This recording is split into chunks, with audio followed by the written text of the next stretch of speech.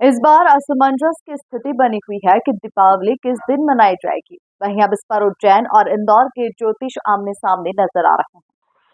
देखिए, उज्जैन अवंतिका परिक्षेत्र जो है, सप्तपुरियों के अंदर भी अवंतिका का नाम वर्णित है।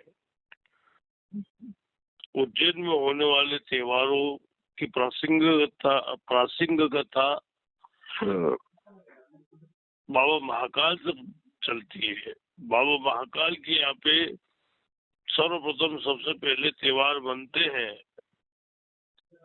31 अक्टूबर को, रूप चतुर्दशी के दिन ही दीपावली का भी होने की पूरी वातावरण बनी हुई है।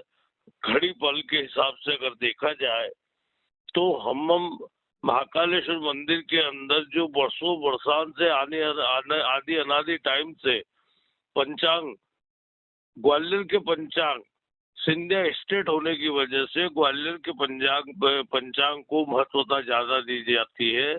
और ग्वालियर के पंचांग में जो तिथि बनी है वो दीपावली की 31 तारीख के दिन ही बनी हुई है। तो 31 तारीख के दिन ही दीपावली मनाए सब लोग।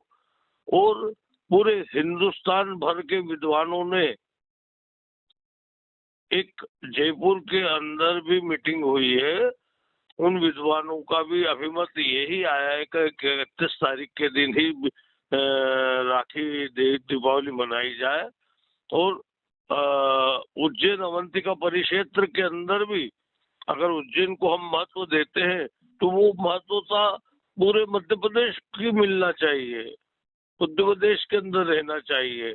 तो उसमें किसी प्रकार का भी कोई तारीख का बहस न करते हुए 31 तारीख के दिन ही दीपावली मनाए, यही श्रेष्ठ है अपने लिए। जय श्री महाकाल।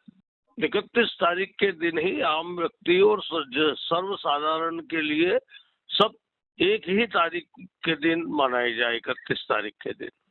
देखिए, दीपावली को लेकर किसी भी प्रकार का असमंजस नहीं है। धर्मशास्त्रों का स्पष्ट निर्णय है कि यदि 2 दिन अमावस्या हो प्रदोष काल में तो दूसरे दिन जो है पर्व मनाना चाहिए। अब स्थिति यह है कि 31 अक्टूबर को सायंकाल अमावस्या तिथि लगेगी, जो दूसरे दिन अर्थात 1 नवंबर को शाम 6:17 तक रहेगी।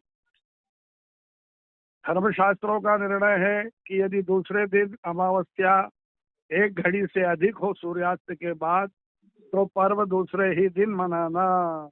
अब 1 नवंबर को सूर्यास्त का समय है यहाँ 5:44 अर्थात 1 नवंबर को सूर्यास्त के बाद 41 मिनट तक जो है अमावस्या तिथि प्रदोष काल में रहेगी। तो धर्मशास्त्रीय निर्णय यह कहता है कि यदि प्रदोष काल में 1 घड़ी अर्थात 24 मिनट तक प्रदोष काल में अमावस्या तिथि हो तो पर्व दूसरे ही दिन अर्थात 1 नवंबर को मनाना शास्त्र सम्मत होगा। तो धर्म सिंधु, निर्णय सिंधु, तिथि तत्व, तिथि निर्णय, व्रत पर्व विवेक, इन सभी शास्त्रों को हम मिलाकर यह निर्णय देते हैं कि 1 नवंबर को दीप पर्व लक्ष्मी पूजा करना शास्त्र सम्मत होगा। 1 नवंबर को प्रातः काल यानी सूर्योदय में अमावस्या तिथि रहेगी, वहीं सूर्यास्त के बाद भी अमावस्या तिथि रहेगी। तो धर्मशास्त्रों का निर्णय है कि यदि सूर्योदय से सूर्यास्त तक तिथि जो है तिथि जिस तिथि के अंदर सूर्योदय और सूर्यास्त होता हो वह तिथि पूरे काल को व्याप्त करती है और वह साकल्यपादिता तिथि के नाम से जानी जाती है।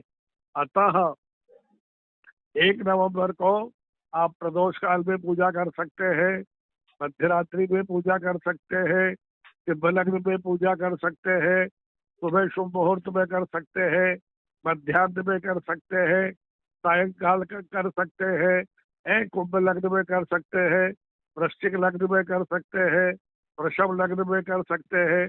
तो पूरे दिन तक सभी शुभ मुहूर्तों में अपनी अपनी कुल परंपरा अनुसार 1 नवंबर को दीप पर्व मनाना शास्त्र सम्मत होगा। दीप पर्व की शुरुआत 29 तारीख से होगी। 29 अक्टूबर को धनतेरस का पर्व मनाया जाएगा। सायंकाल जो है यमराज के निमित्त दीपदान होगा।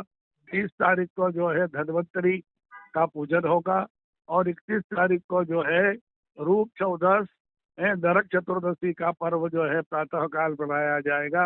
अभ्यंग स्नान के साथ पूरे शरीर में कड़वा तेल मलकर जो है स्नान करने का जो है उस दिन महत्व है।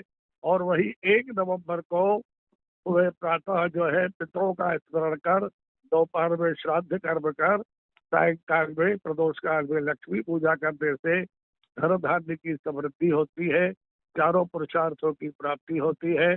और वही 2 तारीख को जो है गोवर्धन पूजा और सायंकाल अन्नकूट और 3 तारीख को भाई दूज का पर्व मनाना चाहिए।